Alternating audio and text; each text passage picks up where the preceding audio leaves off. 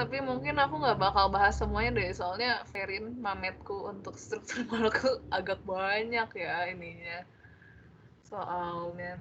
Oke, yang pertama dulu saja yang easy, kita pemanasan. Di antara pasangan molekul berikut, jadi ini ada 5 pasangan molekul kan, 1, 2, 1, 2, 1, 2, tapi yang A, B, C, D, E. Yang menunjukkan bahwa dipol permanen dalam molekul 1 lebih besar dibandingkan dengan molekul 2. Nah, kalau misalkan kalian datang ke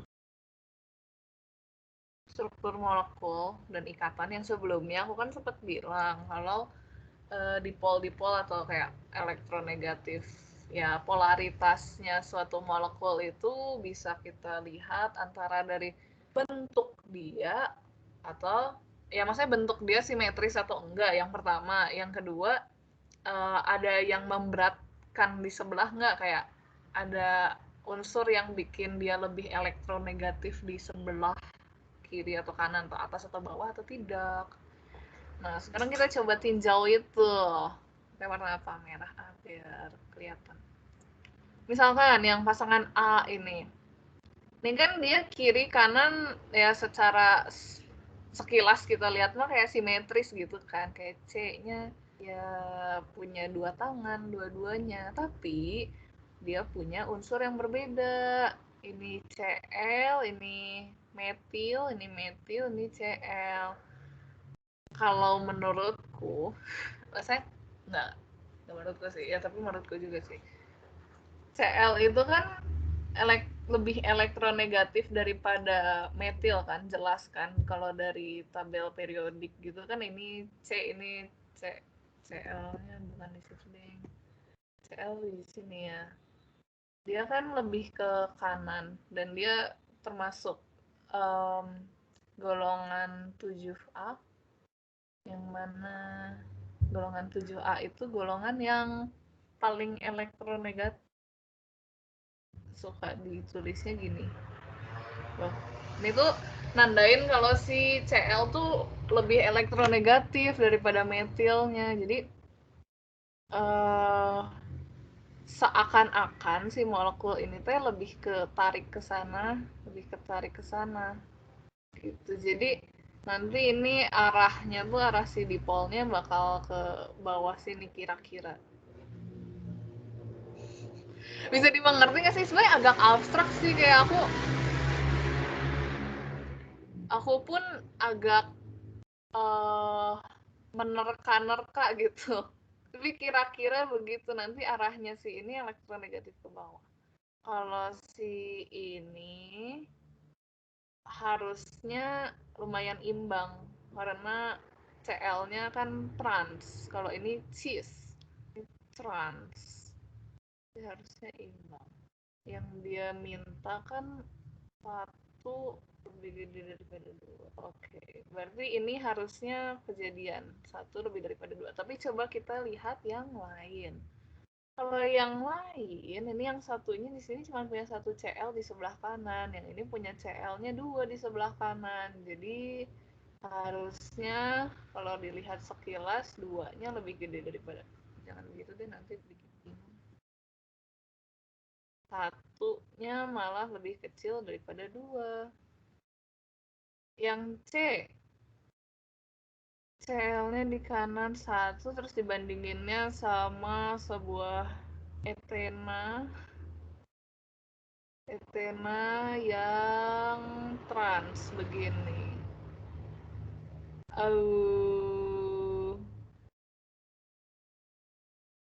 Harusnya yang kedua ini kan rada imbang itu kan.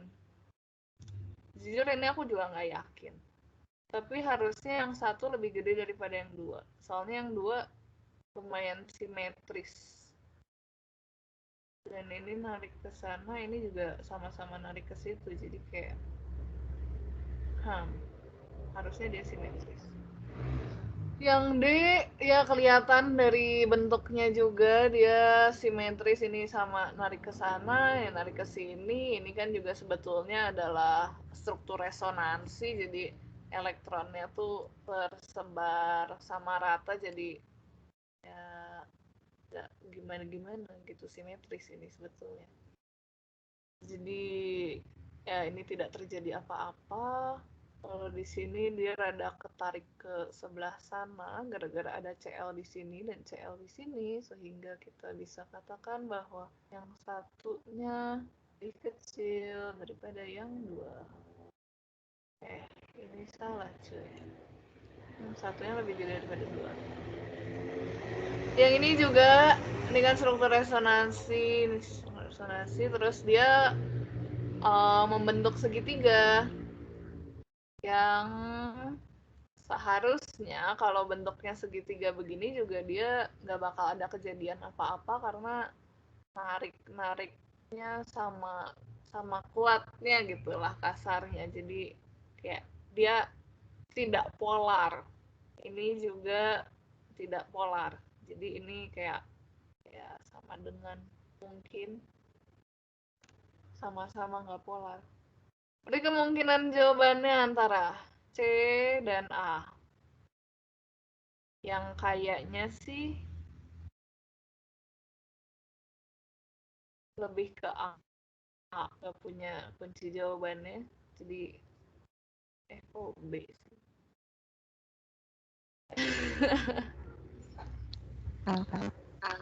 Ya. Aku mau ngasih pendapat aja sih, nggak tahu bener apa enggak.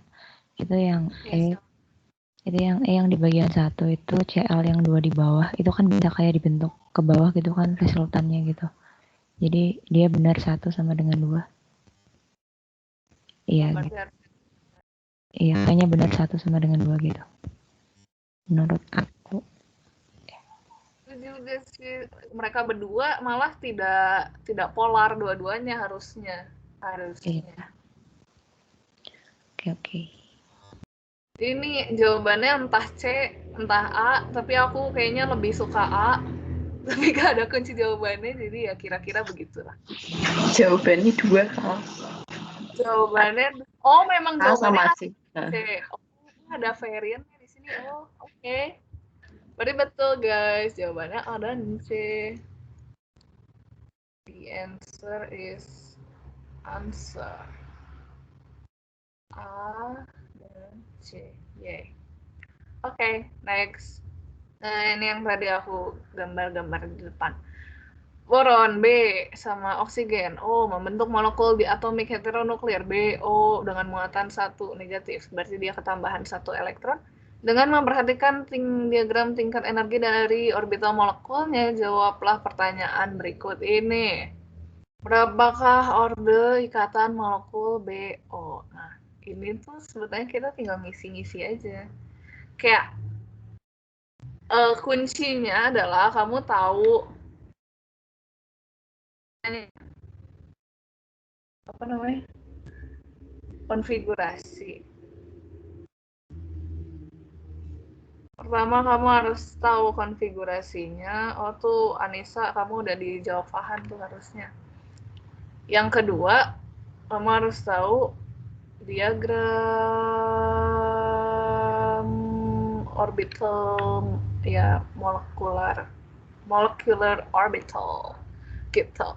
Terus dari konfigurasinya kan kamu udah tahu nih kayak jumlah elektronnya dia. Terus ini yang 1S ini sebetulnya tidak berguna karena dia tidak berikatan.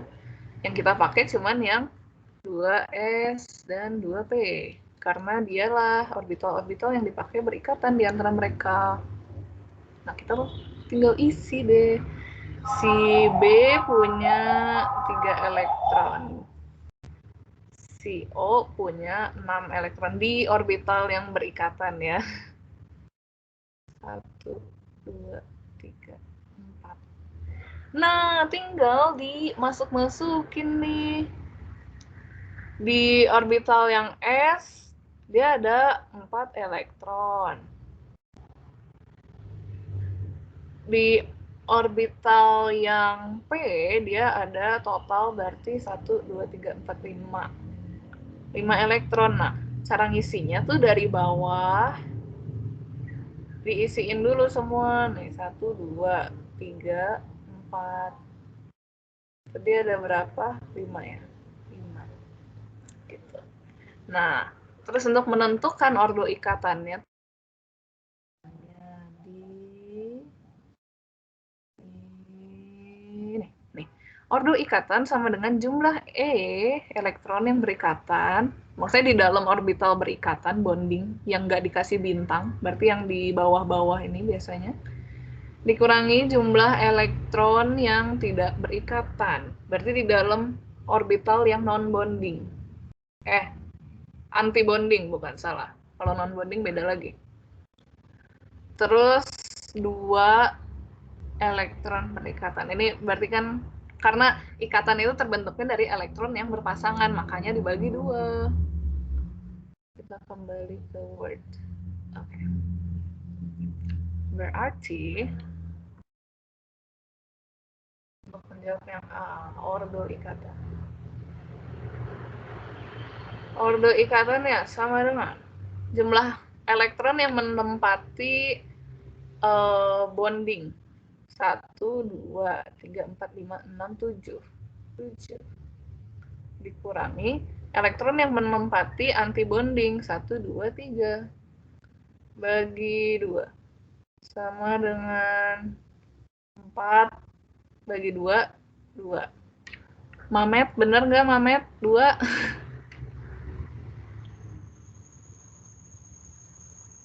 Harusnya benar.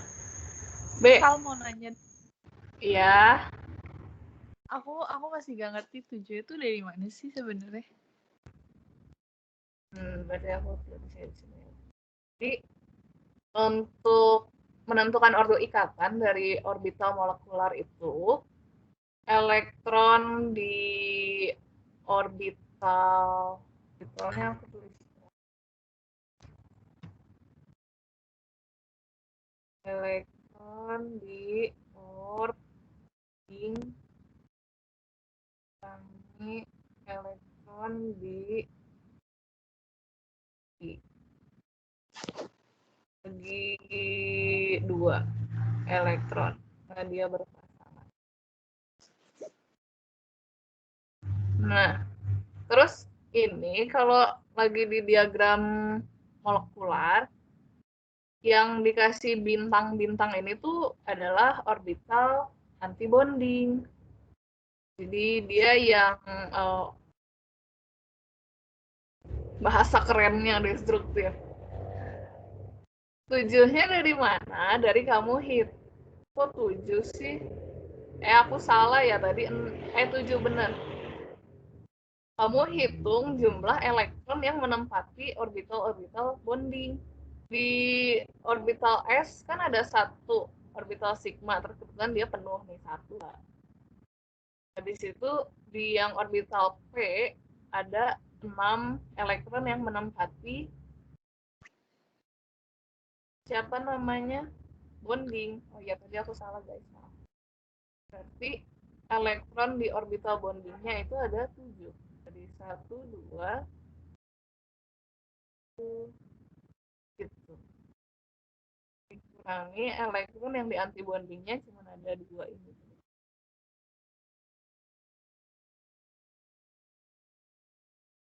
2,5. Itu job. Aku mau nanya, itu kan BO min. Dia kan jadi menerima elektron. Itu ngaruh nggak sih ke yang si diagram? Iya. Wow. Tuh. Inilah mengapa indeks kimia aku jelek, karena tidak tidak teliti. Minnya kita mau masukin ke siapa nih ceritanya? Ya anggaplah si B lah ya. Nah itu aku mau nanya juga, minnya masuk ke yang mana sih? Itu bebas gitu, mau yang mana aja boleh. Karena yang kita lihat cuman molecular orbitalnya, kayak dia elektron yang satu lagi ini masuk ke B, masuk ke O, ya sama aja karena yang kita lihat kan cuman yang tengah ini, bukan di kanan. Oh, oke, ngerti. Berarti harusnya berapa tuh? 7, 1, 2, 3, 4, 5, salah 8.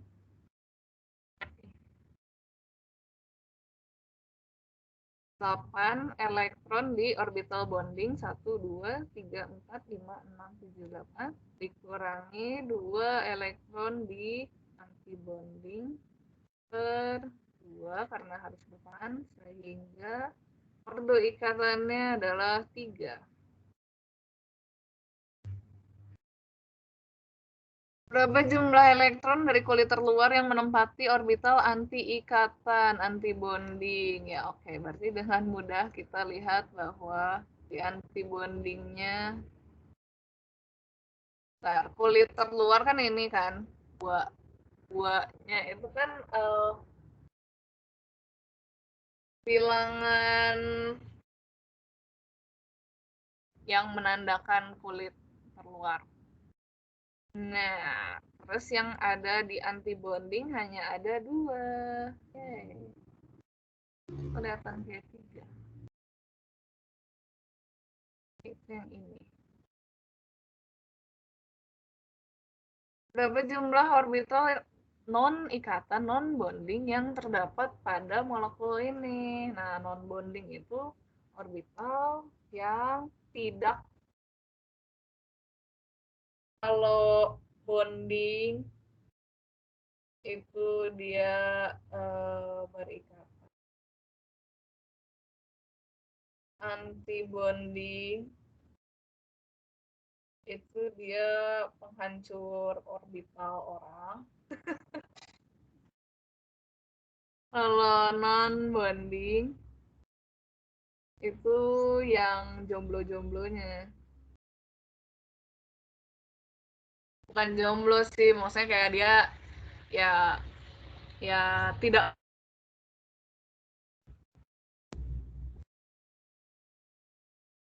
Nah, apakah si S ini dihitung sebagai orbital non-bonding? Mungkin iya. Kalau misalkan S dianggap non-bonding berarti jawabannya 2 karena si B sama O sama-sama punya orbital S.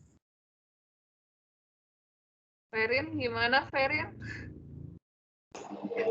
Yang C jawabannya 0. Oh, berarti S-nya nggak dihitung. Baiklah. Ya, berarti lain kali kalau kalian dapat soal kayak gini yang orbital S-nya benar-benar gak dianggap. Kita hanya memakai. Menurut aku itu kan dia nanya non bonding yang non ikatan gitu. Berarti kan yang jomblo gitu.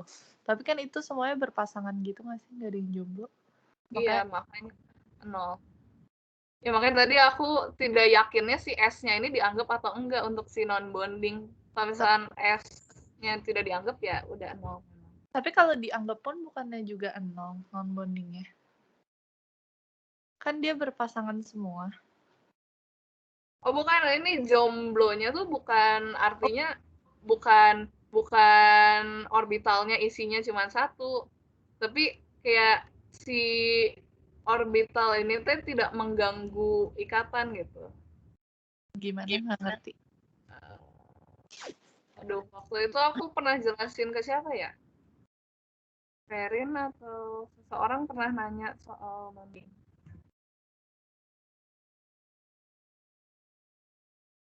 Jadi,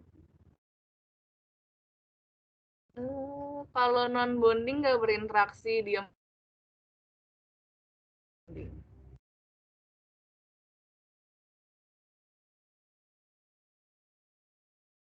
Nah, nih. Non bonding orbital tuh yang kayak tidak terhibrid gitu loh. Jadi kayak dia kagak ke bawah. Itu biasanya kejadiannya nih kayak ini, si H sama F dia mau nyambung tapi si H cuman punya orbital S gitu kan. Si F mah berikatannya pakai si orbital P gitu karena dia yang kayak paling terluar, tingkat energi paling tinggi, paling kepake duluan. Nah, terus yang ketemu kan jadinya cuma 1 orbital. Jadi dari si F-nya ini ada 2 orbital P yang tidak berikatan. Nah, ini yang dibilang dengan non-bonding. Jadi kayak dia ya udah adem ayem aja, kagak gabung sama siapa-siapa gitu. Kalau anti bonding tuh baru yang ini yang ketemu tapi toxic, anjir destruktif gitu dia teh. Gitu. Jadi non bonding kalau digambarin tuh yang ini yang game kayak pindah ke tengah, nggak ngapa-ngapain. Berarti anti bonding tuh yang di atas atau gimana Iya, sih? iya ini anti bonding, ini Ha-ha. bonding, ini non bonding. Jadi non bonding tuh yang tidak ke mix, nggak ke hibrid sama si atom satunya. Jadi dia tetap seperti sedia kala. Kalau bonding itu orbital yang bergabung dengan punya atom lain dan dia berikatan, dia healthy relationship gitu. Kalau anti bonding itu orbital yang kayak cerminannya si bonding. Kalau dia sampai keisi, dia toxic, destruktif kepada yang bonding. Gitu. Oke. Thank you, Kak. Yang mau nanya lagi?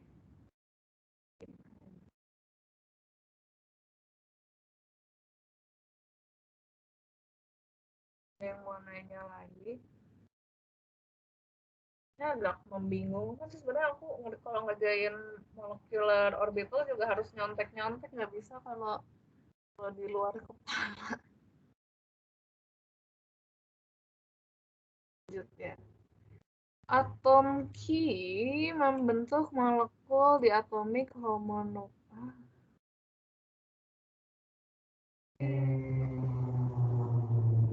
Membentuk di atomik homonuklear Ki2 plus. Konfigurasi elektron pada orbital molekulnya adalah sebagai berikut. Maka Ki tersebut adalah ini nggak ada pilihannya. Dia lagi nanya apa? Oh, dia nanya Ki itu teh atom apa gitu, unsur apa. Oke. Iya, heeh. Kita coba gambar dulu saja. Si Ki sama Ki. Dia punya gini.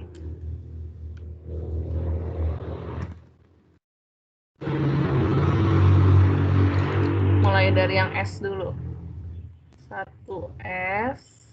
Yang begini. Ya, 2. Ini adalah sigma S yang bonding.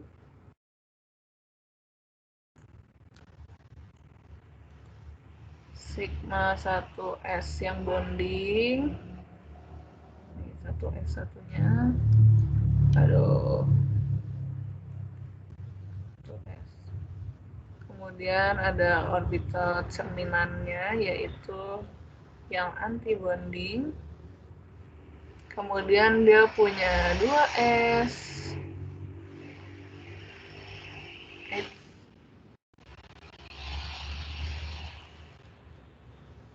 2S itu juga cuman satu kotak.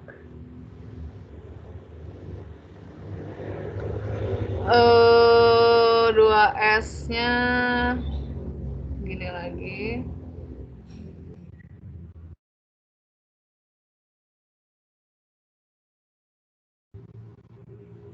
Aduh. 2S. Dia punya orbital anti bondingnya. Habis itu yang 2P ini harusnya di atasnya sih.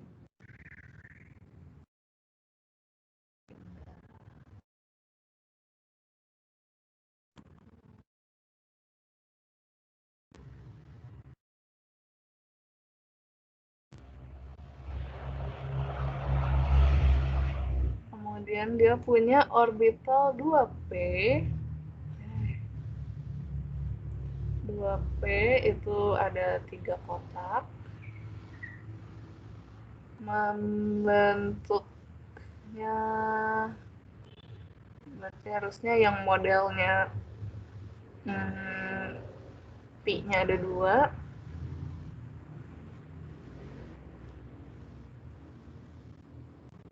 X.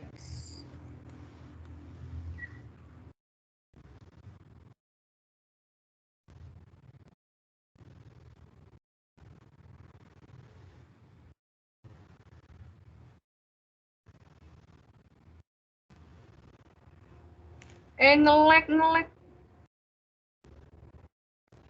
Oh, anti bonding. Select.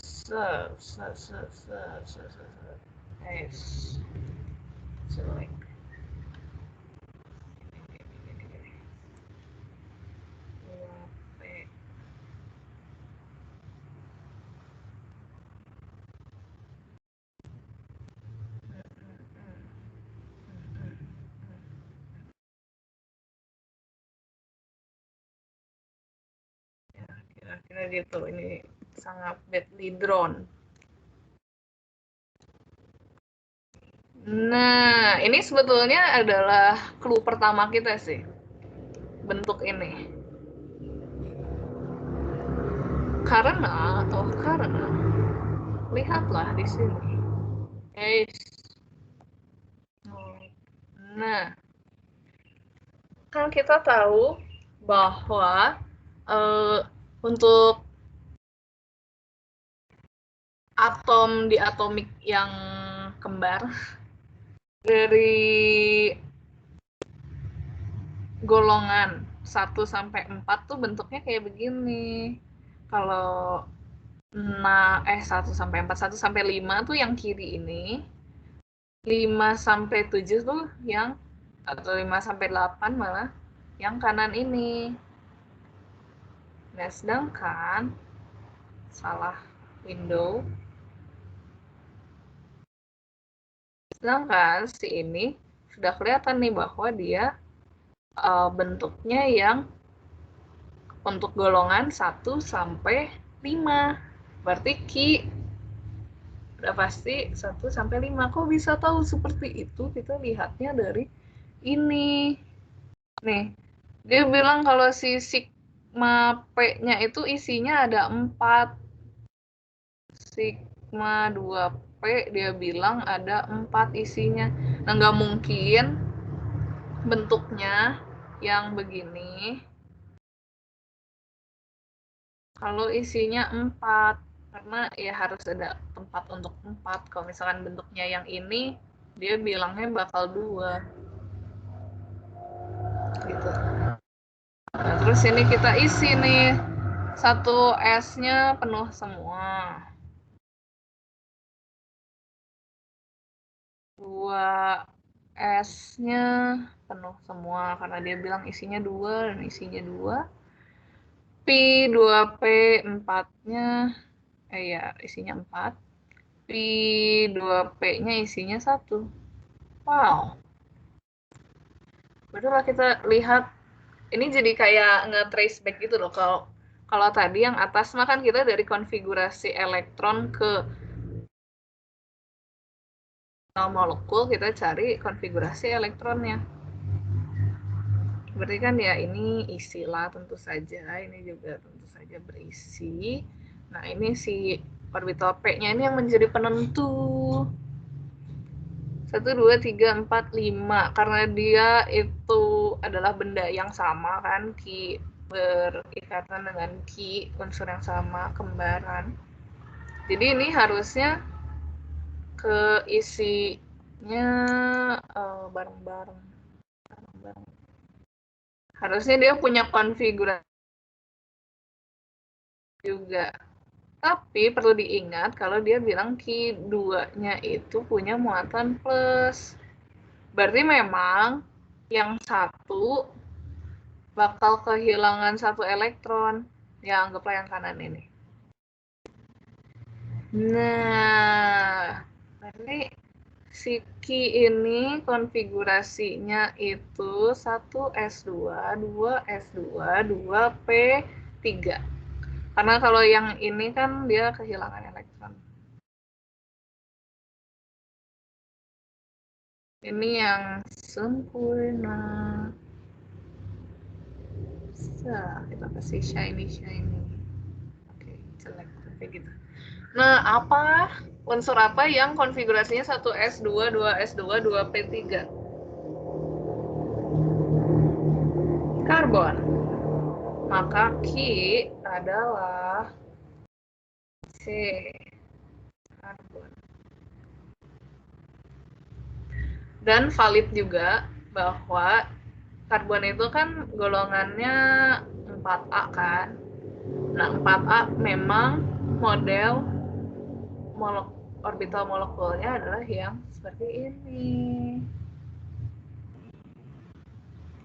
Begitu deh, ada yang mau bertanya? Cal mau nanya, Boleh. bukannya itu nitrogen ya? Kenapa? Yang Oh iya, dua fisika. Aduh, kenapa aku tutor, Terima kasih, Fitra. Bener, Fitra kan? Aku hafal suara orang. Gitu deh. Ada yang mau nanya atau mengoreksi lagi?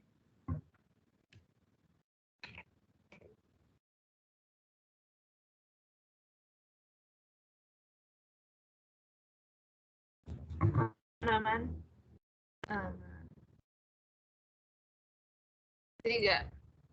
Urutan kekuatan. Nah, ini mah sebetulnya langsung saja, guys. Semakin banyak ikatannya, semakin kuat dia. Udah gitu doang. Berarti si C rangkap 3 C rangkap 3 sudah pasti lebih kuat daripada C rangkap 2 yang sudah pasti lebih kuat daripada C tunggal. Ibaratnya tuh kayak apa ya?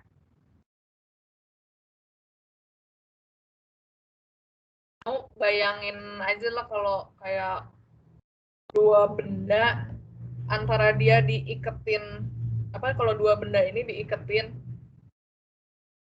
yang pasangan pertama mah diiketinnya pakai 3 karet, pasangan kedua dia diiketinnya pakai 2 karet, terus pasangan ketiga dia diiketinnya pakai 1 karet, ya bakal lebih susah untuk misahin benda yang diiketinnya pakai 3 karet gitu, karena kayak lebih banyak karet yang nahan gitu kan.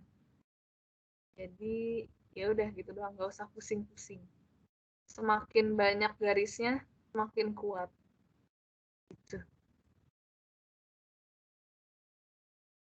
4. Senyawa dengan nama ya oke panjang dengan struktur di bawah ini disusun dari atom-atom yang memiliki hibridisasi berikut. Ini berarti A, B, C, D, E.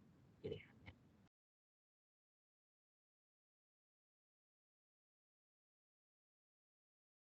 Bagaimana cara menentukannya?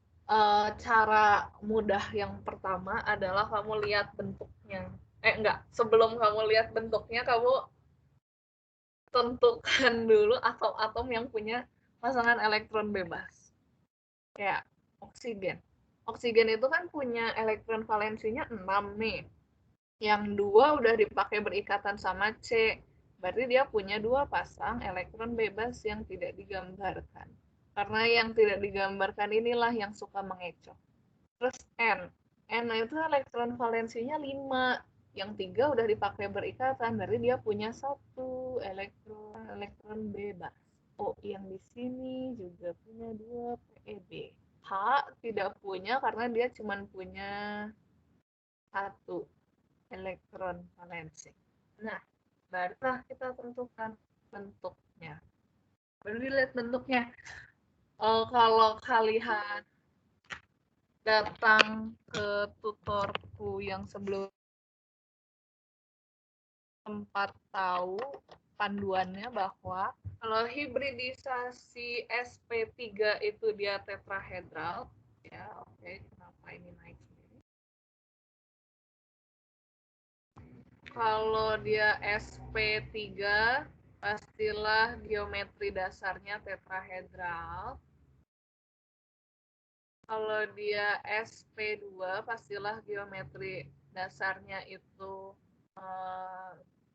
trigonal planar. Kalau dia SP pastilah geometri dasarnya itu linear. Nah, Ya, dilihat, kita tinjau satu-satu. Namain lah ya.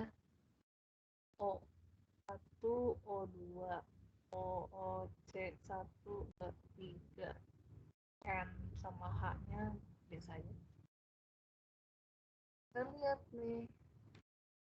O yang ke-1, dia tuh trigonal planar. Kenapa bisa begitu? Karena dia punya 3 domain. Yang domain 2 domainnya keisi sama pasangan elektron bebas. Domain yang satu lagi dipakai untuk perikatan dengan C. Jadi O1 itu punya hibridisasinya sp2. C1 kita lihat dia bentuknya lurus-lurus aja dan tidak memiliki PEB. Dia SP. N-nya itu SP2 karena dua domainnya dipakai untuk berikatan dengan C, tapi kebetulan yang satu rangkap, yang satu kagak, yang satu lagi keisi sama pasangan elektron bebasnya sendiri. C yang kedua itu adalah SP2 lagi karena dia trigonal planar, yang satu ke H, yang satu ke N, yang satu ke C lagi tapi rangkap. C yang ketiga itu linear lagi berarti SP, terus O yang kedua itu trigonal planar lagi karena yang dua PB, yang satu C, SP2. Maka jawabannya adalah SP2-nya ada berapa biji? 1, 2, 3, 4. C1-nya C1.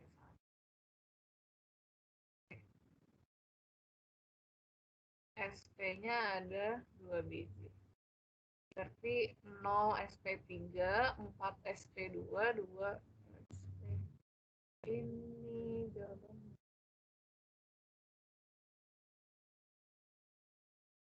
Ada yang tanya, guys, si share screen-nya hilang nggak?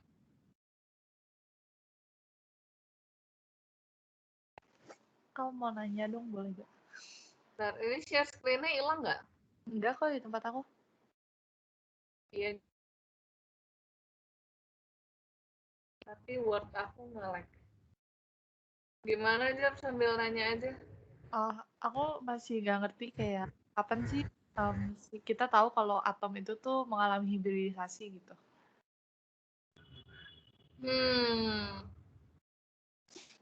Aku tidak tahu pastinya gimana, tapi kalau dia berikatan, apalagi berikatannya tuh beda ini ya, beda unsur gitu, dia bakal cenderung pengen hibridisasi karena si atom tuh benda-benda pemalas yang tidak mau buang-buang energi. Jadi kayak gimana ya? Secara umum sih dia hibridisasi. Cuman biasanya gini, kalau misalkan dia butuh tempat untuk berikatannya tuh kayak melebihi dari tempat yang dia punya, jadi kayak dia perlu nge-merge antara orbital S sama P untuk mengakomodir elektron yang akan dia terima, itu dia bakal hibridisasi. Cuma kadang yang aku bingung kayak misalnya C gitu kan, C-nya kan kayak emang dia punya 4 slot gitu kan, dan pas diisi 4 gitu. Tapi dia tetap mengalami hibridisasi gitu. Oh, tapi kan gini, job 4 slotnya itu tuh yang S tuh tingkatan energinya lebih rendah daripada yang P. Nah, terus kan tadi itu atom itu hal-hal benda-benda yang sangat pemalas. Mereka nggak suka loncat-loncat energi. Kalau bisa dilurusin, disamain semua dan serendah mungkin, mereka akan melakukan itu. Jadi si 4 slot itu tuh harus disetarain gitu energinya. Maksudnya tuh yang gabung itu di atom yang sama atau kayak sama atom tetangganya dia? Maksudnya atom tetangga dia? Kayak misalnya C sama C gitu. Gimana ya? Bingung sih gimana. Dua-duanya tuh ngehibridisasi. Ini aduh bentar.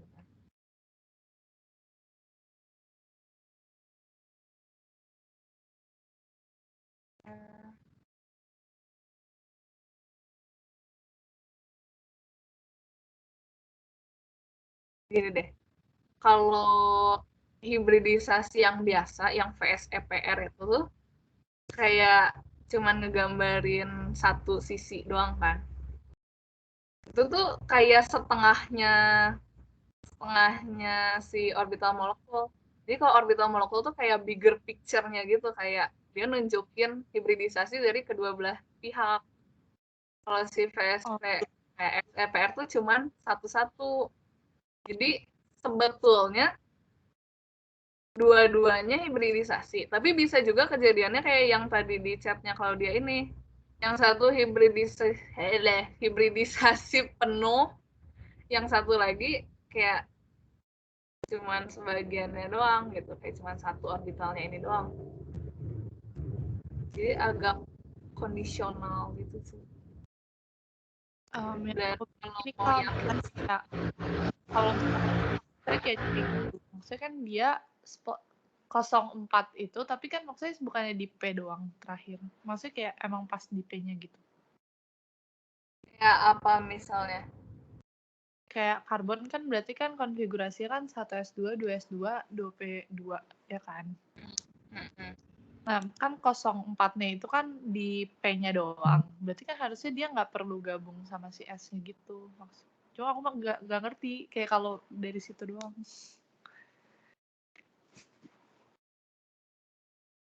Kan kalau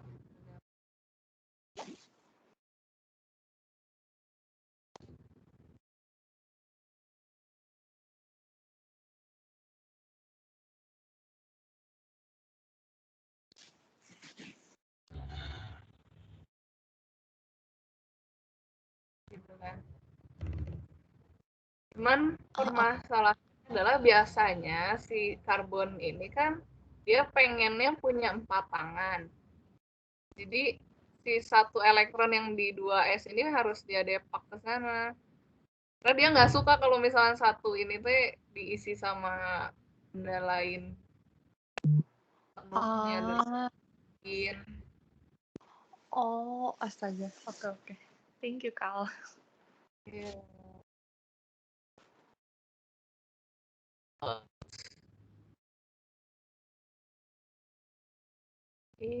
Hilang tanda 5. Menurut teori ikatan valensi, nah ini VSEPR, jenis orbital yang beririsan overlap ketika membentuk ikatan antara atom P dan Cl pada molekul PCl5.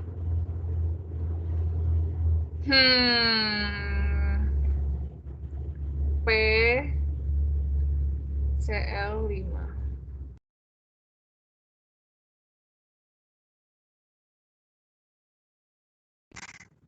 P konfigurasinya apa kan? P itu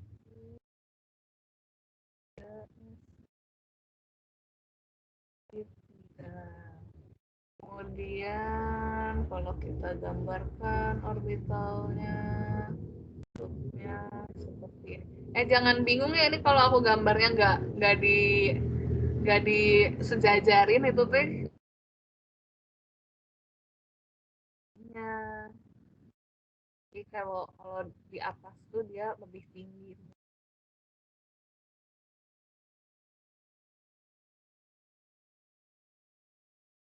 Terus dua, tapi dia pengen berikatan dengan Cl. Nah, untuk membuka 5 room dia harus membuka lagi orbital D. Jadi ada 5.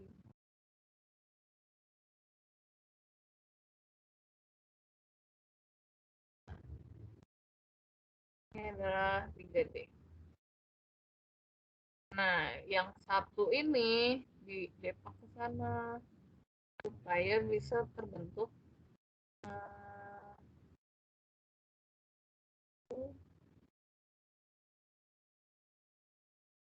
yaitu SP3D supaya bisa 1, 2, 3, 4, 5.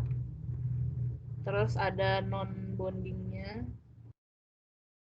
4 orbital D yang tersisa tapi kosong. Jadi kita gambar aja supaya kelihatan. Gitu deh. Inilah P yang terhibrid. Dengan demikian dia bisa apa ini help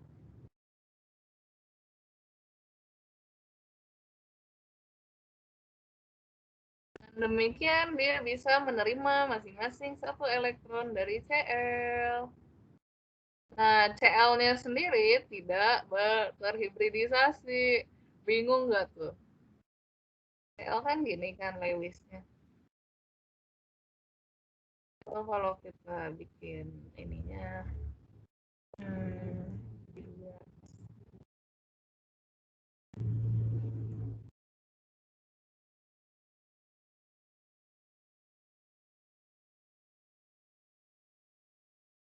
Nah, kenapa Cl-nya tidak terhibrid? Tinggal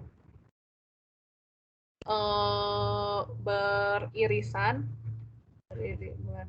kayak menyumbang satu elektronnya ini masing-masing ke sini, ke sini, ke sini, dan ke sini, dan ke sini. Ya, ini masing-masing kan dari satu sel, satu sel, satu sel, satu sel. Gitu. Jadi dia merasa tidak usah membuang usaha untuk berhibrid karena dia tidak perlu itu. Dia cuma perlu ngisi satu tempat itu. Maka jawabannya adalah SP3D dengan P. Ada yang mau nanya?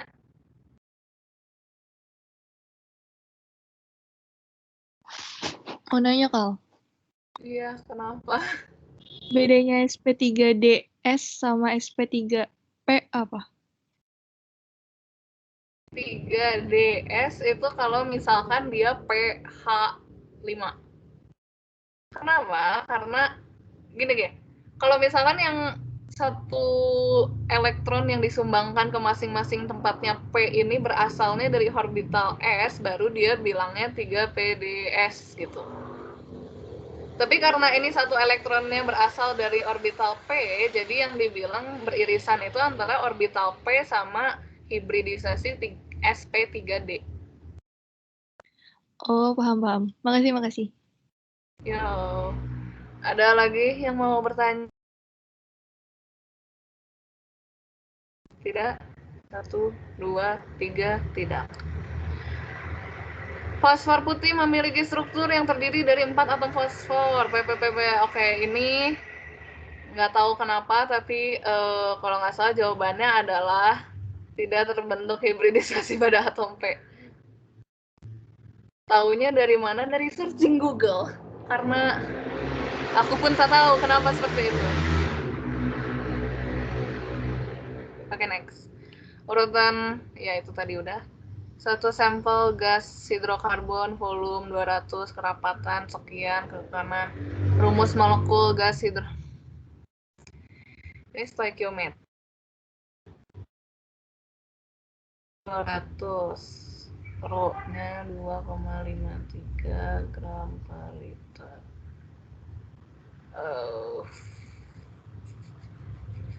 Ini harusnya berarti pakai PV NRT. Di situ nanti dari N-nya. Ini mau dikerjain? Atau mau yang lain-lain dulu? Ini soalnya kalau stoikiometri mah harusnya udah lumayan pinter lah ya. Lumayan nggak sih? Lebih bingung yang kayak hibridisasi gitu nggak sih? Lebih ngawang. Ya intinya kuncinya adalah PV NRT terus diputer-puter aja. Asam askorbat untuk menghilangkan noda hitam pada wajah. Oke. Tentukan jumlah ikatan sigma pi dan orbital hibrida sp3 SP2. Aduh. Kecil sekali, Bung. Kita zoom. Yalah.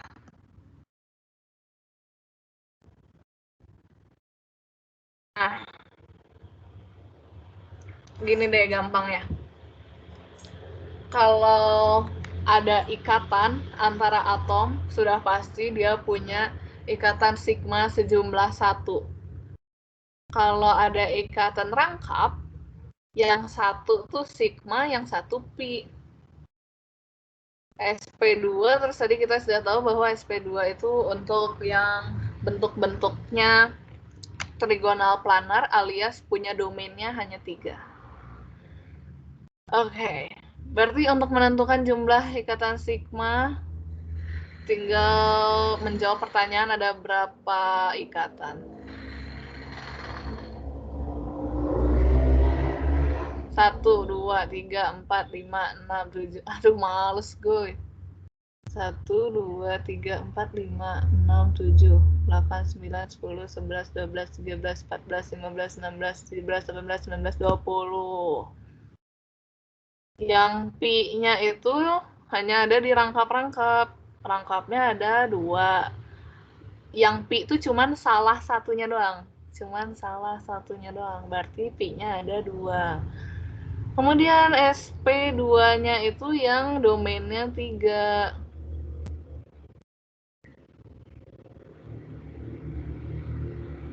Kita kasih keterangan lah, kasihan yang nyimak kalau ternyata bilang.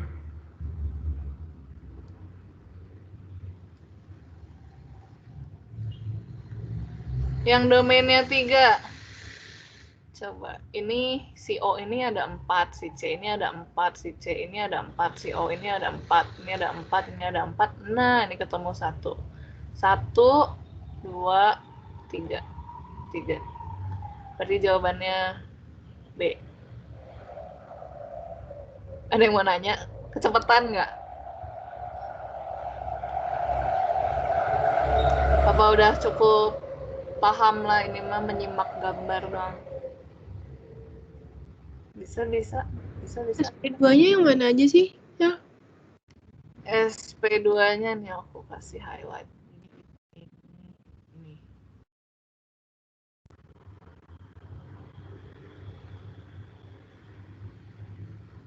Oke? Oke. Kak, kalau Ya. yang ada ikatan rangkapnya itu SP2 juga bukan? Maksudnya? Itu O yang paling kanan, SP2 bukan? Oh, ini. Oh, iya, betul juga. Kamu teliti deh.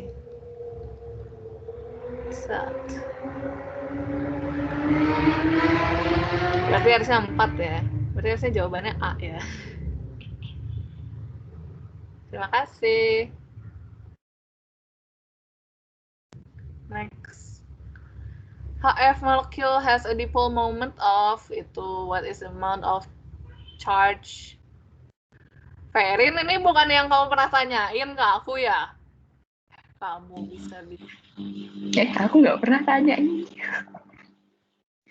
Ya, ini siapa ya?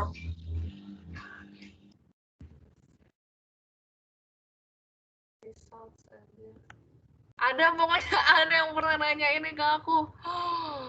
Tapi itu kalau nggak salah, dari si Brady dia punya, gimana ya?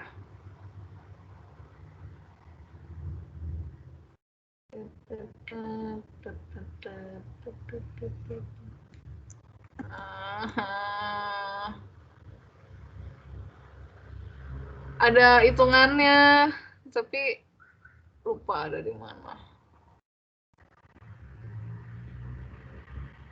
Dari mana ya tuh? Skip dulu gimana? Soalnya ini tipe soal ini agak jarang nongol juga sih. Kayak kalaupun ada ya paling cuman 1 kali.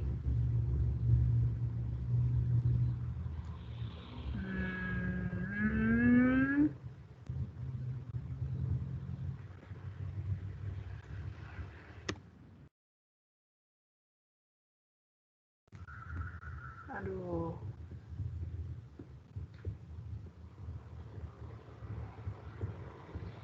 Siapa ya yang waktu itu pernah nanyain itu ya?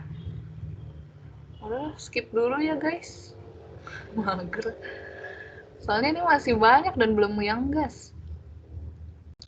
Assign formal charges to each item in the following structure. Formal charge adalah muatan formal. Muatan formal. Muatan formal. Mana sih? Nih, muatan formal. Muatan formal itu untuk memeriksa kestabilan doang. Nah, yang sering membuat bingung adalah kalau misalkan si atom yang digambarin di soalnya itu sebetulnya punya elektron bebas, tapi gak digambarin. Nah, ternyata kalau ditanya muatan formal, yang kamu masukin ke dalam hitungan ini, itu cuman bener-bener apa yang bisa kamu lihat di gambar. Jadi jangan tambah-tambahin elektron bebas yang tidak bisa kamu lihat di gambar, karena nanti malah salah jawabannya. Karena si muatan formal itu benar-benar ada cuman untuk ngecek kalau si struktur Lewis ini tuh kepake atau enggak gitu kasarnya. Nah, terus kita lihat bahwa FC sama dengan jumlah E valensi dikurangi jumlah ikatan plus E yang tidak terbagi alias yang jomblo-jomblo yang bebas-bebas. Kita tulis FC sama dengan elektron berikatan dikurangi, bener nggak sih? Salah juga. Elektron valensi dikurangi elektron, salah lagi kan, kurangi jumlah ikatan.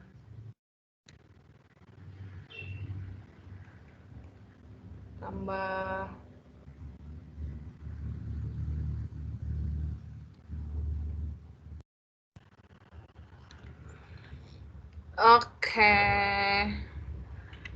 to each items, kita kerjain yang B aja,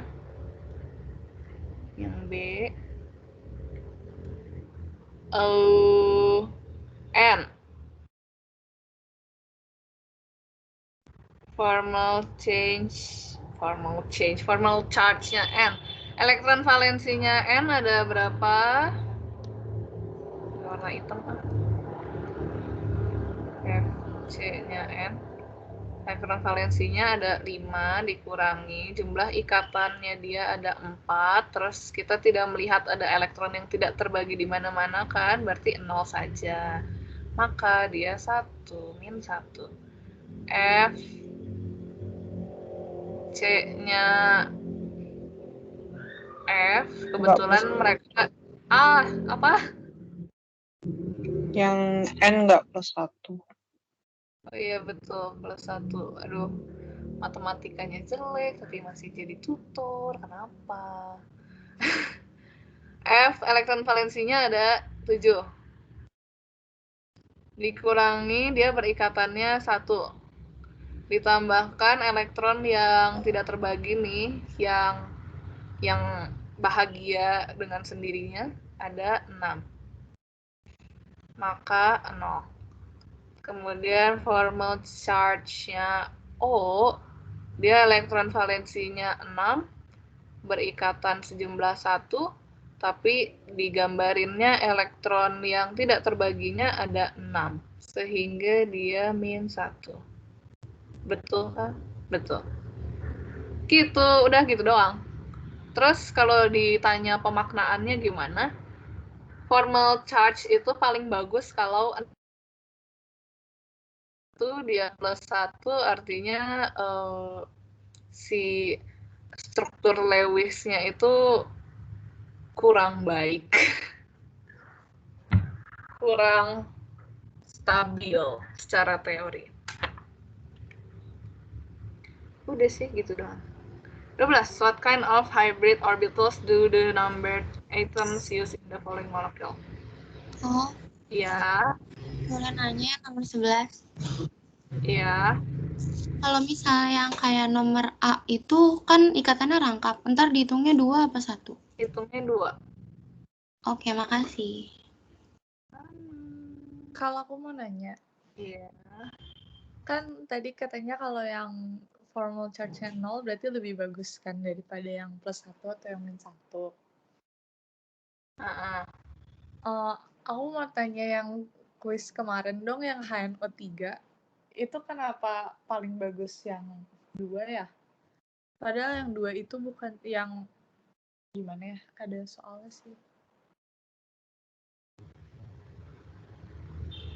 Gimana? Oh, ini. Iya kayaknya iya ini. Kenapa bukan 3 ya? Kenapa 2?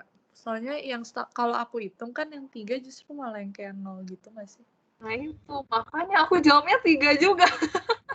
Nah iya kan, aku juga jawab 3. Terus aku bingung kenapa salah. Ya itu aku tidak bisa menjawab kenapa begitu. Karena aku jawabnya juga 3. Oke, thank you. Kalau acuannya dari si textbook gitu sih harusnya memang formal charge 0 tuh paling bagus. Cuman ya gak tau deh ini kan. Kalista. Iya. Itu kayaknya jawabannya bukan 3 soalnya kalau yang N yang di 3 itu dia nggak octet gitu N-nya. Nggak sih? Dia 10 elektron. Bisa jadi. Tapi masalahnya memang ada banyak molekul tuh tidak mengikuti oktet gitu. Kayak misalnya PCl5 tadi. Ya. PCl5 kan ini malah dia jadi punya 10. Oh, ini guys, si Entek kagak bisa 10 gara-gara dia di periode 2. Periode 2 kan masih belum punya orbital D ya. Jadi nggak bisa melewati si oktet itu.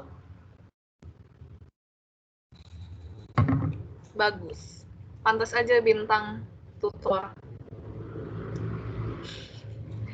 Oke, next. Jadi Hybrid. gimana kalau tadi? Diulang nggak? Oke, jadi karena di yang nomor 3 ini, si N-nya ini tuh menyalahi aturan oktet, padahal dia masih di dalam ranahnya oktet tuh berlaku. Karena dia periode 2.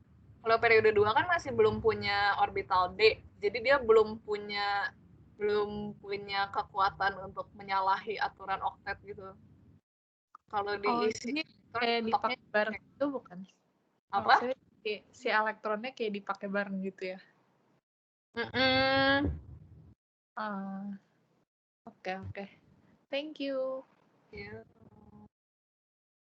Nah ya, karena kalau misalkan kalian sudah khatam bahwa SP3 itu tetrahedral, SP2 itu trigonal planar, SP itu linear, maka menjawab nomor 12 ini easy peasy lemon squeezy. Langsung saja. Nomor 1, hibridisasinya apa? SP3 ya? Yes, betul sekali. Nomor 2. SP. Linear. Betul. Nomor 3. SP2. Ya, betul sekali. Nomor 4. SP2 juga. Iya. Oke. Calon-calon indeks A. What kind of bonds P dan P are found in the number bonds in the following molecule? Nah, ini juga kalau sudah kalian berpegang bahwa kalau di dalam suatu ikatan sudah pasti ada ikatan P, langsung jawab. 1. Ini apa aja?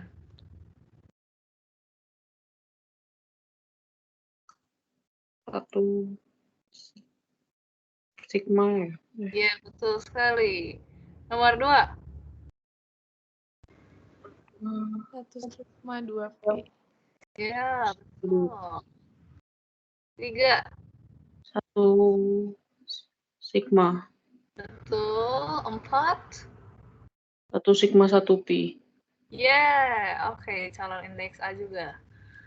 Orde ikatan molekul C2. Nah, C2 tuh bentuknya seperti ini, kalau nggak salah. 2, 3, 4, 5, 6. Salah. Apa ini? Oh, ini berapa? 1, 2, 3, 4. Ih, kok lupa sih? Pokoknya kalau nggak salah tuh dia punya elektron yang ketinggalan di luar gitu deh.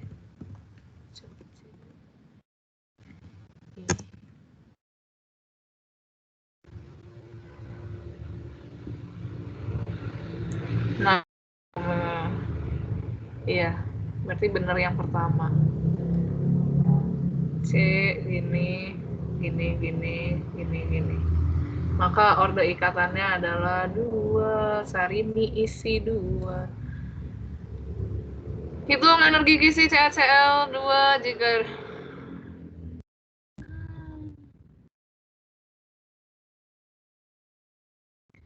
energi gizi. Ini dia. E sama dengan Ki1, Ki2, R. H. E sama dengan Ki1, Ki2, per AR. Diketahui entalpi sublimasi. Oh, salah cara. Gini, untuk menjawab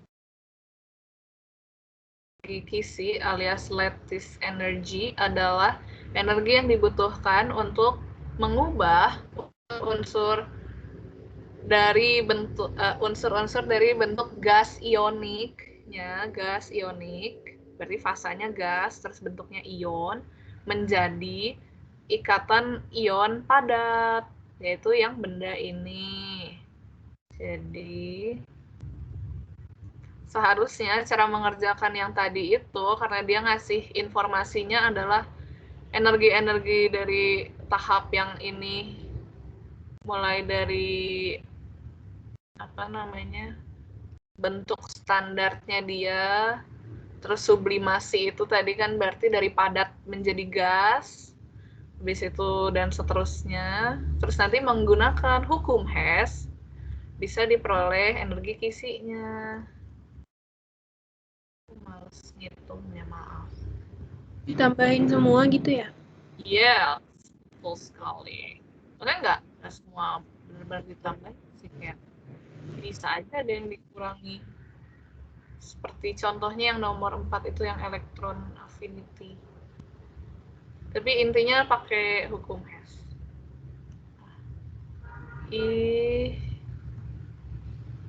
Gitu kayak picture format.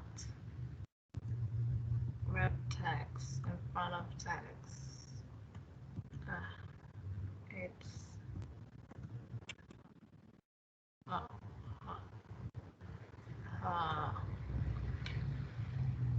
terus kita bilang aja di sini pakai hukum Hess. Oke. Bisa ya? Bisa lah ya. Suatu molekul memiliki dua jenis sudut ikatan, yaitu 90, 120. Maka molekul tersebut memiliki jumlah domain elektron sebanyak. Waduh. Gimana? Dua jenis sudut ikatan. 90 dan 120. Oh. Gini. Tapi aku kurang bisa menjelaskan dapatnya dari mana selain dari divisualisasikan. Tapi jawabannya adalah 1, 2, 3, 4, 5. 5 yaitu trigonal di piramida. Karena Eh, kan ini gini. Ini atom pusatnya. Ini terminalnya. Dari 1, 2, 3, 4, 5. Dari 1 ke 2, 2 ke 3, dan 3 ke 1 itu karena dia bentuknya segitiga, yang harusnya segitiganya sama sisi. 60. Oh ya. Yang harusnya segitiganya sama sisi, tapi yang dihitung itu kan sudut ininya ya. Ini 120.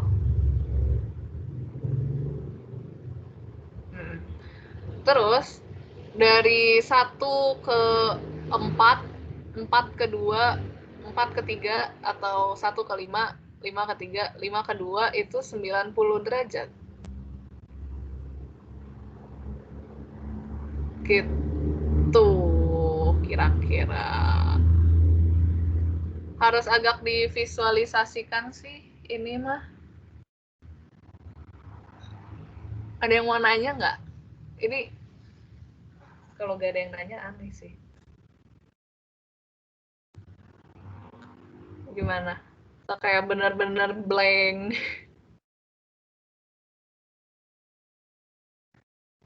Diem kayak Masih. Gimana Ros? Masih bingung. Nggak paham. Ada gambarnya nggak ya? Aku punya gambarnya nggak ya?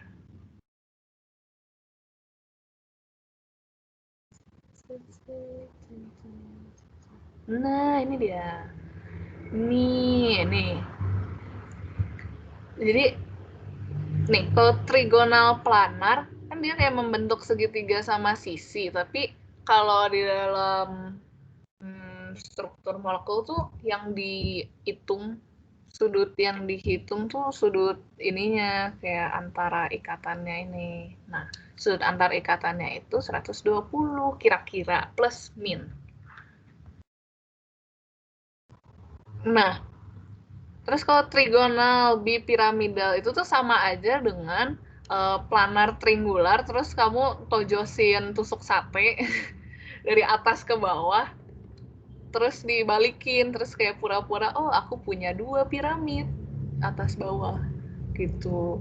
Nah, si yang di tengahnya ini kan planar nih, ini sebetulnya base-nya tuh trigonal planar, jadi ini tetap aja 120.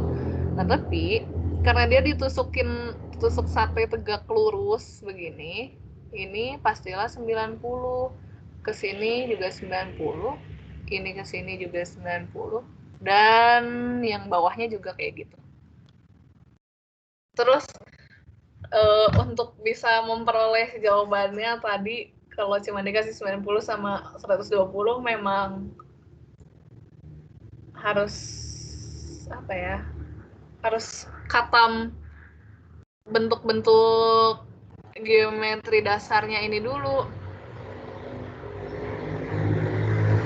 Nih, kalau misalkan oktahedral ini semuanya 90 derajat.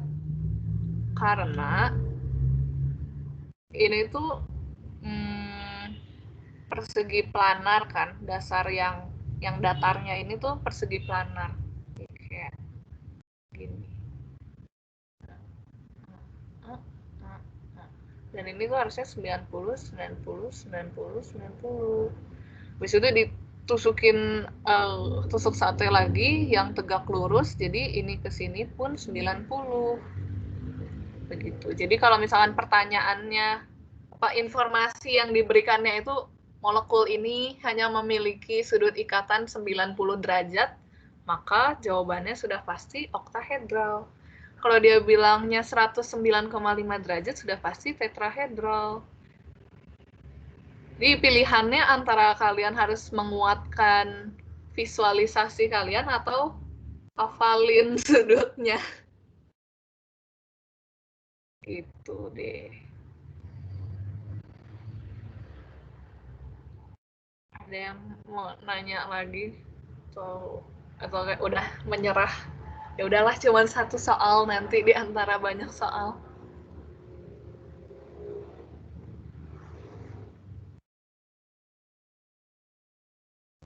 Aduh. Guys, segini deh. Ini kan sebetulnya masih ada gas nih. Masih ada soal-soal gas. Kalian mau beresin itu tadi atau mau ke gas? Mau move on? Tapi kalau yang gas aku nggak mau hitung sampai akhir. Paling kayak cuman ngasih idenya doang.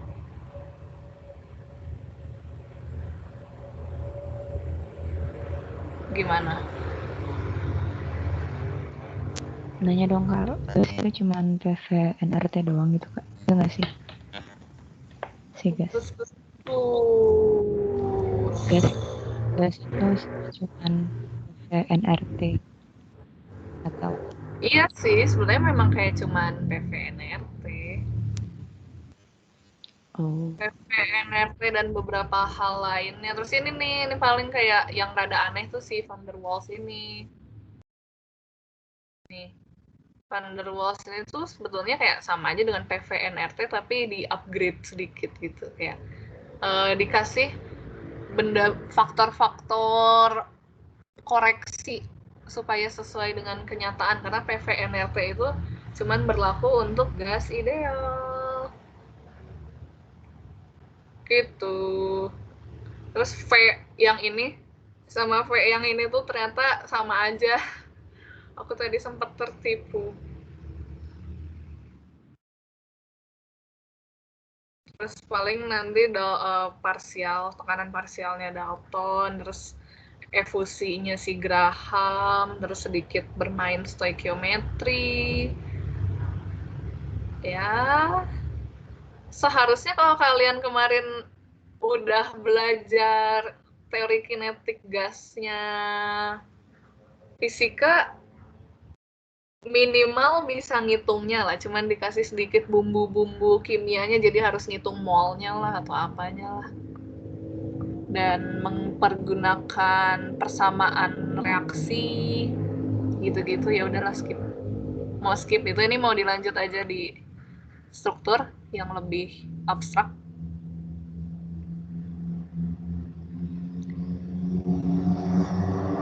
Oke, bentuk molekul dari POCl3. POCl3. Harusnya P itu jadi atom pusatnya, karena dia paling beda sendiri dan paling tidak elektronegatif. Kemudian dia dikelilingi oleh 3 Cl dan sebuah O. Cl pasti berikatannya cuma 1 karena dia cuma punya 1 elektron yang bisa dibagiin.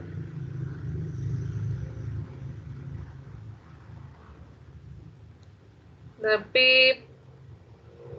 P itu punya 5 elektron valensi. Si O butuh 2, maka mereka berikatan rangkap. Supaya penuh oktet semuanya, jadi P-nya punya 8, O-nya punya 8. Enggak, P-nya nggak punya 8, P-nya punya lebih dari 8, tapi dia berhasil mempergunakan seluruh elektron valensinya. Terus seharusnya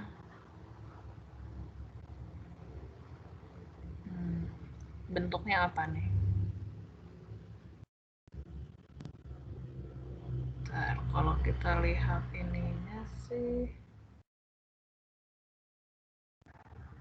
S P. Terus karena ini punya rangkap berarti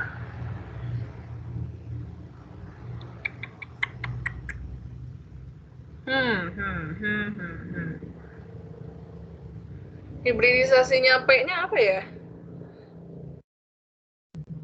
Minimal butuh 3, 4.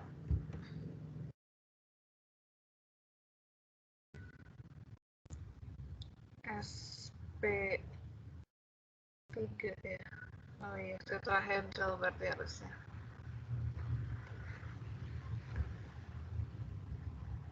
Ada yang bingung?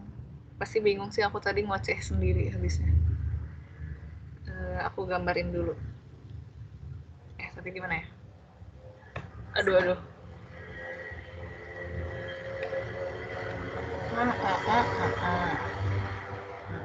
Juga. Terus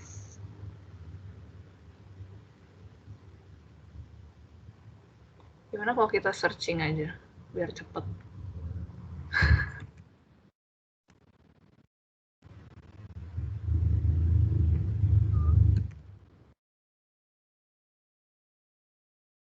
Is tetrahedral. Oh iya, betul. Nah, dia nanti gini, tapi dia tetap ngedepak satu ke orbital D walaupun tidak terhibrid. Nanti si orbital D-nya ini yang bakal dipakai untuk ikatan rangkap.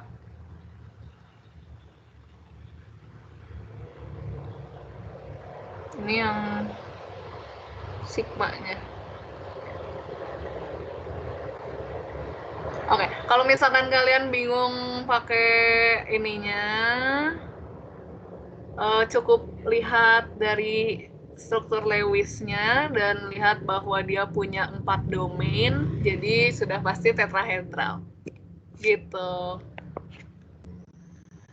Ini cuma ngecek doang.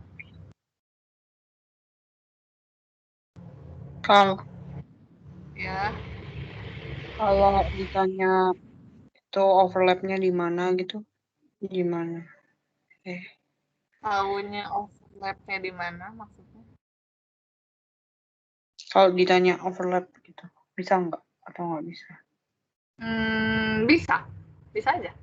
Misalnya, si CL sama P overlapnya apa? Jawabannya adalah SP3 sama P. Oke. Oh.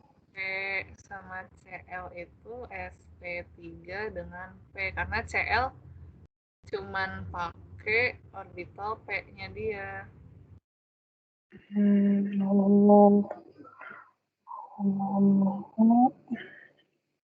Kalau P sama U berarti P sama O, P-nya kan udah pasti SP3. Oh, tapi ada dua nih kalau P sama O. Yang satu itu untuk sigma-nya SP3 sama P.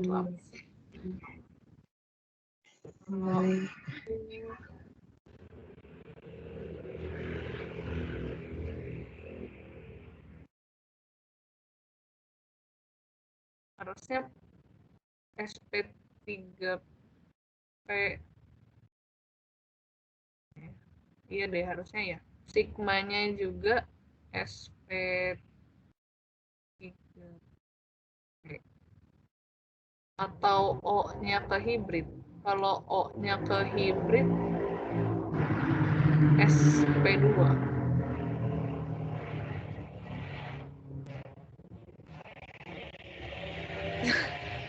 Nah, O-nya ke hibrid ya, harusnya O-nya ke hibrid deh.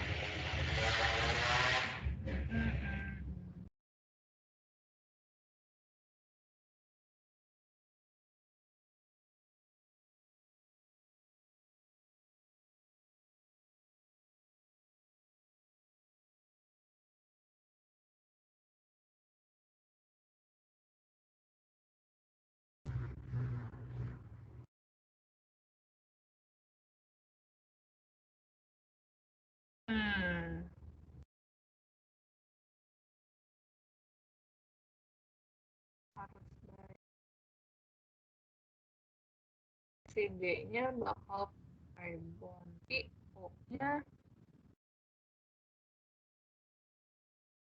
O-nya harusnya overlap sih. Harusnya. Sepertinya. Kalau enggak, P. Tapi mungkin ya kita biarkan misterius dulu deh. Konfigurasi elektron molekul bermuatan plus 2 dengan jumlah elektron 13.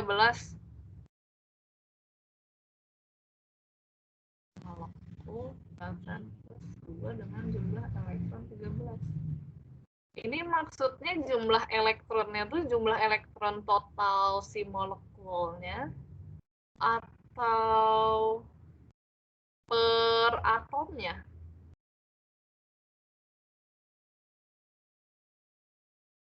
Rancu sih kalimatnya. Enggak sih, elektron molekul.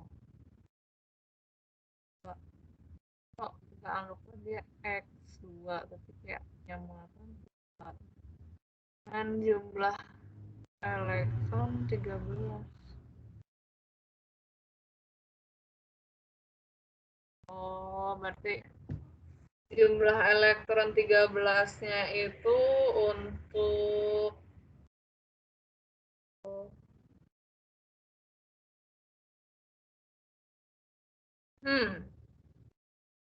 tapi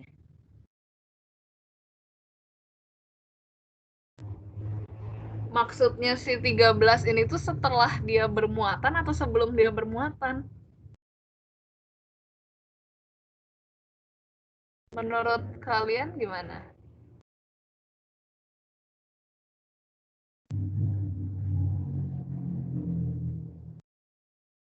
Bagaimana menurut kalian pendapat? Silakan berargumen kalau nggak KM ITB. Itu molekulnya hetero nggak sih? Tapi nggak ada hubungannya, nggak jadi. Maksudnya memungkinkan bisa aja, cuman kayak nggak ada, kita nggak punya informasinya aja dia hetero atau homo. Tapi kayak jumlah elektronnya ganjil gitu aku mikirnya. Jadi kayak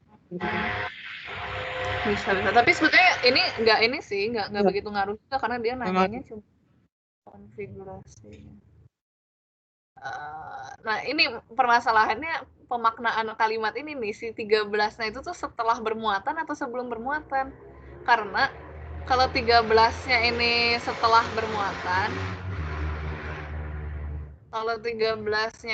bermuatan, berarti kita cari jawaban yang jumlah elektron-elektronnya ini sama dengan 13. Tapi kalau ini sebelum bermuatan, berarti kita cari yang jumlahnya itu 11.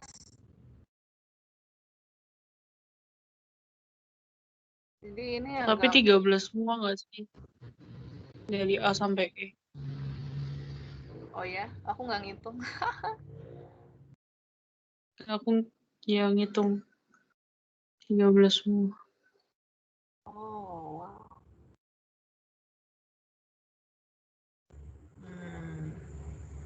Kalau 13 semua, berarti kita cari-cari kesalahan. Jumlah elektronnya 13. Berarti kan kalau semuanya 13, berarti sebelumnya dia 15. Kalau sebelumnya 15, berarti 15 bagi 2 berapa sih? 7,5. 7,5. Enggak. Kalau Iya. itu kayaknya lihat itunya nggak sih, kalau misalnya tadi pagi kan Fauzi tutor tuh. Nah kalau misalnya atomnya kurang dari 15 itu susunannya dari bawah itu 21 gitu. Ngerti Iya. nggak? Mikir yang ini kan apa sih? Kita lihat kesalahannya dia pakai model yang golongan tengah gitu kan? Iya. Tapi kalau 13 itu dia pakai modelnya golongan mana? 21. 21 tuh berarti yang ini. Yang kiri. Ya. Yang golongan 1 sampai. Iya, yang golongan awal.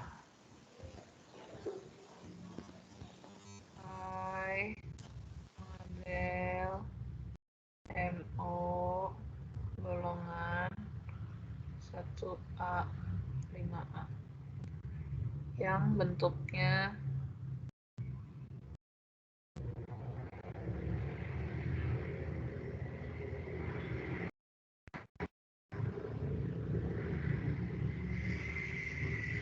begitu.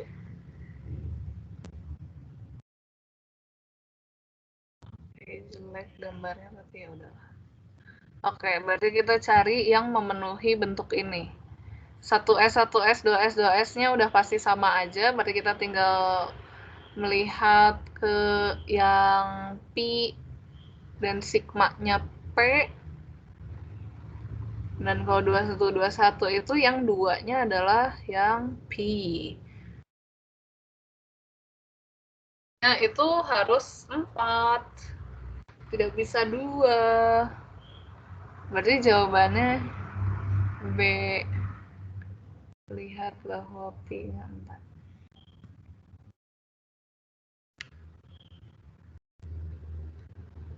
Ada yang mau nanya?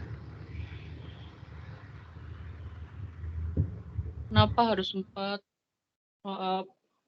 Karena ini kan pi, ini kan pi. Ini kita zoom ya.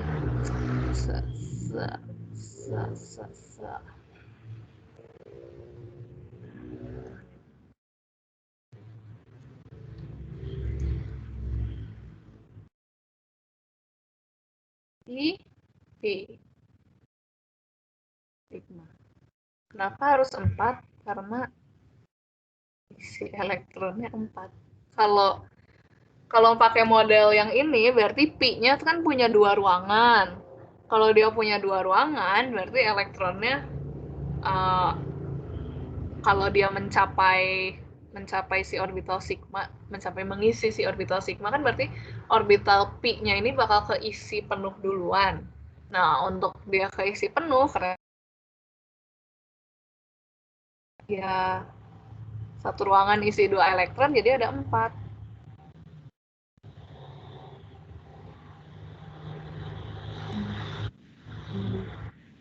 Apakah cukup jelas? Jelas kok. Oke. Next, molekul berikut yang memiliki resonansi adalah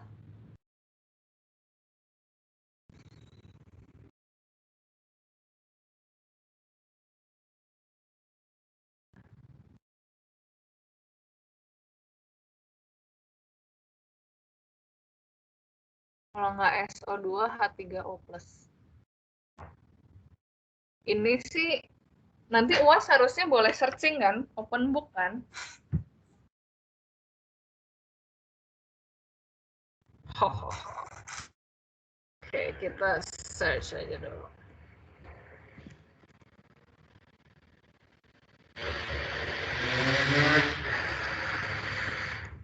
SO2 seharusnya tidak resonansi karena dia dua-duanya rangkap, nggak ada yang satu rangkap satu tunggal. Coba H3O+. Nah,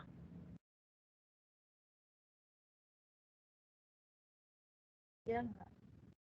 Iya, hehe. Jawabannya H3O+. Salah window. Kalau misalkan kita gambar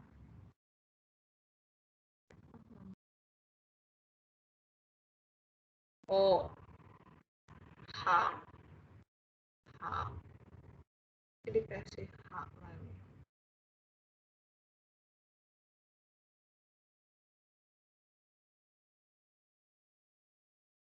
Ya. Jadi cara mudah mendeteksi suatu molekul itu resonansi atau enggak tuh kalau si strukturnya tuh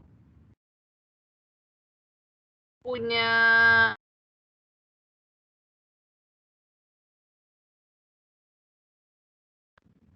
ya kasarnya mah salah satu cara melihatnya sih kalau dia punya satu ikatan rangkap atau 2 ikatan rangkap ya pokoknya kayak misalnya si H3O ini nih si O-nya kan berikatan sama H, sama H, sama H.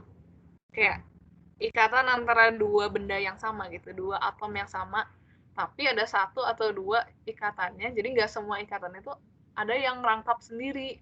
Nah, itu biasanya bikin resonansi, karena kayak dia harus mencari cara muter-muter untuk gimana supaya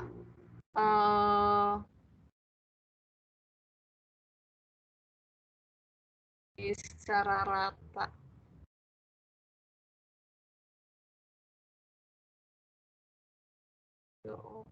Harusnya resonansi sih.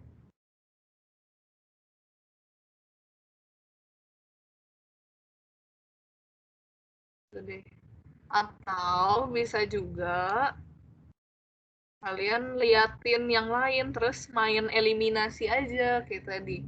Si SO2 itu kan udah nggak mungkin resonansi nih karena dia ya nggak ada yang harus diratakan.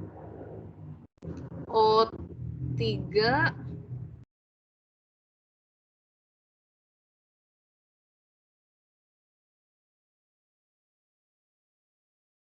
juga tidak ada yang harus diratakan. SO2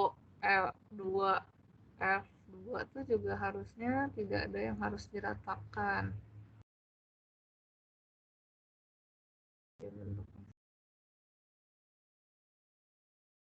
Terus kalau karbon, aduh, CH3 CH2 COOH C C C C O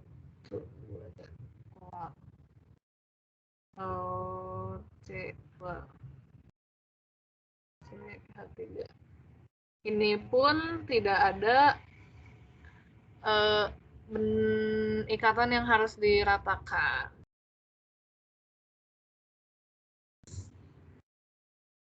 Adakah yang kebingungan?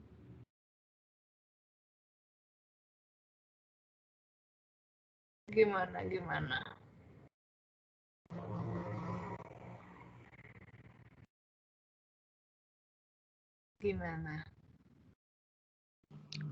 Kal mau nanya dong. Boleh. Kalau yang O3 tuh kalau aku lihat di internet apa namanya nggak 3-3 gitu, kayak yang 1-2, yang 1-1. Gimana?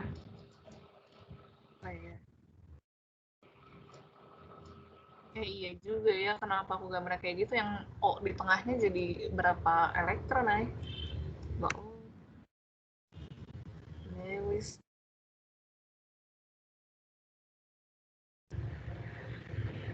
Oh wow.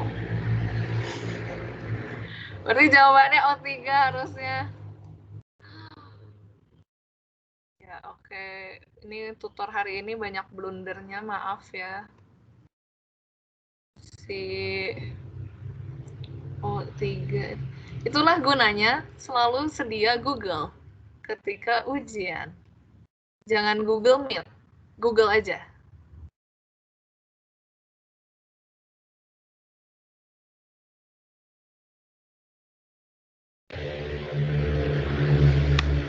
Terus H3 O itu tadi kayak gimana? Ini si H3O kok nggak dibilang punya resonan? Atau sebenarnya nggak ada ya?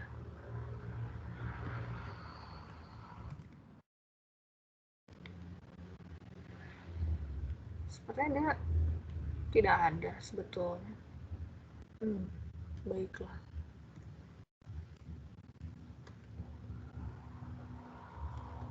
H ya H O H plus. Ya. Berarti yang benar O3. Terima kasih. Tadi siapa? Aku belum hafal suara kamu deh.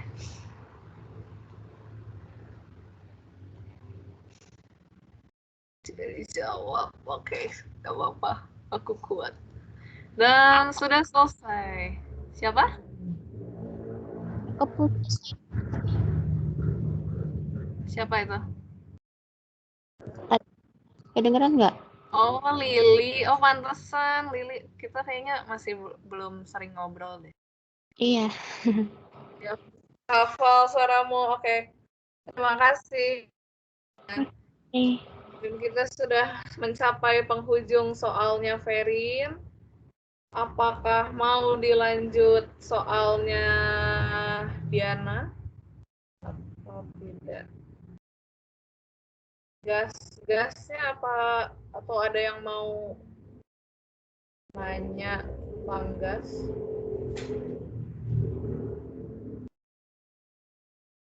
Gimana? Sudah 13 menit menuju 2 jam.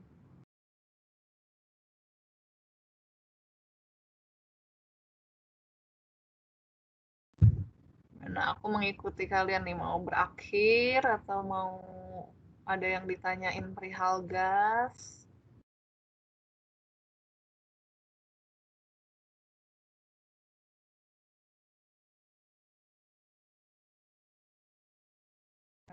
Friends.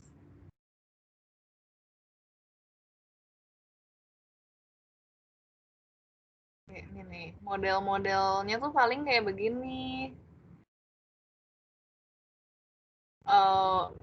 Ya agak mirip stoikiometri tapi mainnya main PVNRT. Sama mungkin ya sedikit-sedikit soal laju efusi, terus kecepatan RMS. Ya, atau nggak nih kita bahas ini deh. Which of the following gases has the largest VRMS at 25 degrees Celsius? Nah, kuncinya adalah bahwa kecepatan RMS itu berbanding terbalik dengan akar dari massa molar, massa molekul. Jadi, kalau misalkan mau menjawab pertanyaan ini, artinya semakin besar massa molekulnya, semakin kecil si nilai VRMS-nya. Jadi kalau dia nanyanya VRMS terbesar, kita carilah molekul yang massanya terkecil. Nah, apa nih? N itu kan 14 kali 2. N2 kan. C itu 12 tambah 2 kali 16. NH3 ditulisin aja sih nggak enak. N2 itu 14-nya kali 2. CO2 itu 12 ditambah 2 kali 16. NH3 itu 14 ditambah 3. HBr itu 1 tambah BR berapa? 79,9. Nah, ini berapa nih? Berarti NH3 kan yang paling ringan ya, yang paling kecil si massa molekulnya. Jadi otomatis VRMS-nya NH3 itu yang paling tinggi. Diikuti dengan N2 ya. VRMS-nya N2 diikuti dengan VRMS-nya CO2 diikuti dengan ABR. Itu deh. Easy peasy lemon squeezy. Kalau aku mau nanya deh. Ya. Kalau hubungan yang titik didih, titik leleh sama entalpi gitu, sama yang kayak sudut-sudut gitu loh, yang Oh, aduh, itu mah kerjaannya ini dong. Bab berikutnya. oh beda. Oke, maaf. Tapi itu tuh gimana ya? Ada tuh bab siapa ya? Kita lihat di sini. Kayak pas KBF kemarin ada deh. Iya gitu. Apa iya? Itu harusnya masuknya di gaya intermolekul dan sifat-sifat cairan deh. Oh, oke. Tapi, nah, kalau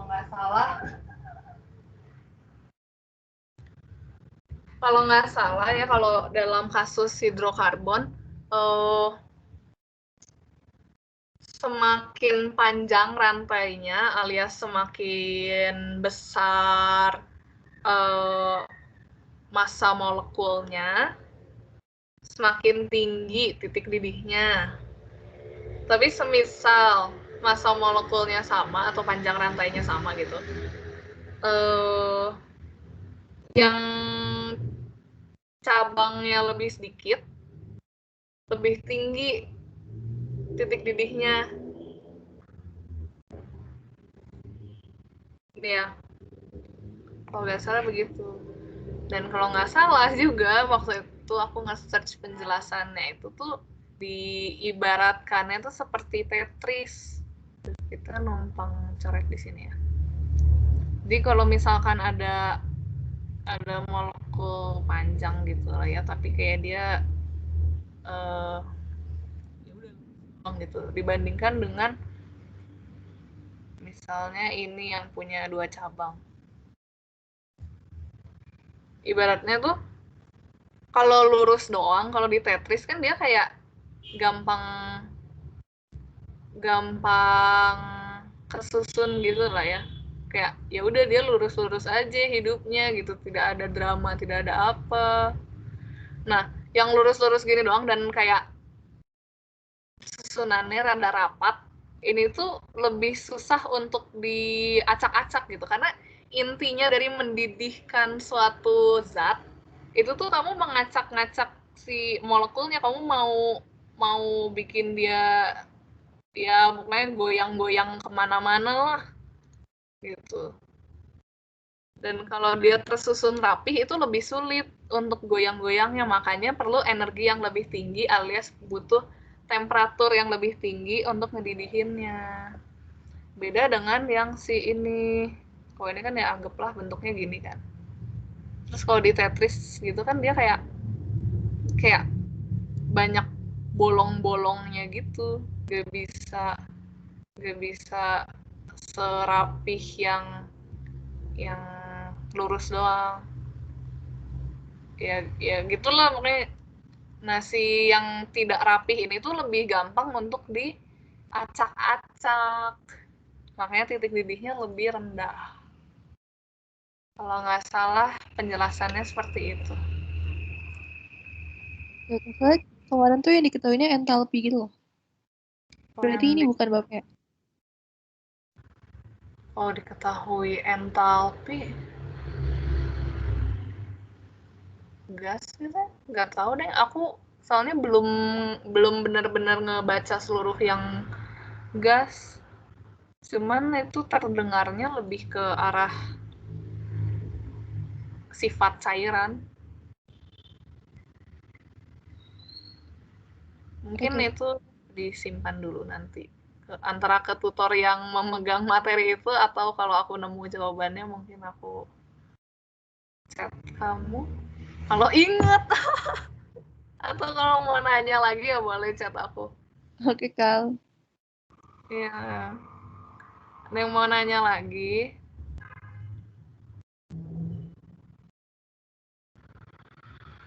Ya ini mah agak ingat-ingat fisika tapi dibumbuin kimia. Ada yang mau nanya lagi sebelum kita tutup? Supaya aku sekali-kali nggak tutor 3 jam gitu. Gimana? Udah cukup?